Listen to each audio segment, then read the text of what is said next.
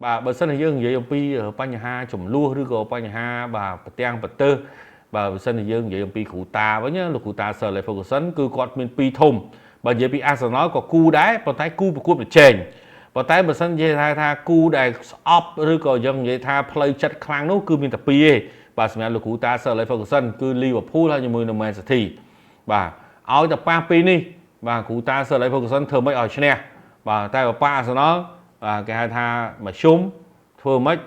បាទយកជ័យជំនះដូចគ្នាមិនមែនថាមិនឲ្យឈ្នះទេប៉ុន្តែគាត់ថាលេងតាមបែបបច្ចេកទេសធម្មតាតែមិនមានបាទចំណុចមួយដែលហៅថាគុំគួននេះទេបាទប៉ុន្តែសម្រាប់គ្រូតាវិញគឺអត់សូវចូលចិត្តទេសម្រាប់ Liverpool ហើយជាមួយនឹង Manchester City បាទជាពិសេសគឺការលេងនៅទឹកដី Anfield តែម្ដងគឺលោកគ្រូតា Sir Alex Ferguson គឺស្អប់ហ្មងគឺការប្រកួតនៅក្នុងទឹកដី Anfield បាទប៉ុន្តែបើសិនជាយើងនិយាយពីការប្រកួតប្រជែងក្នុងជំនាន់2004 2005 2001 2002វិញបាទអាចនិយាយបានថាលោក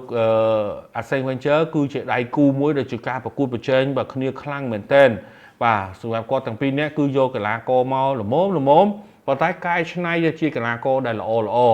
តួយ៉ាងដូចជាកីឡាកររបស់ Arsenal ក៏ត្រូវបានបាទផ្លេទី Arsenal ទៅកាន់បាទ Manchester United ដែរបើទោះជាលោកគ្រូបាទគេថាដឹកនាំមាន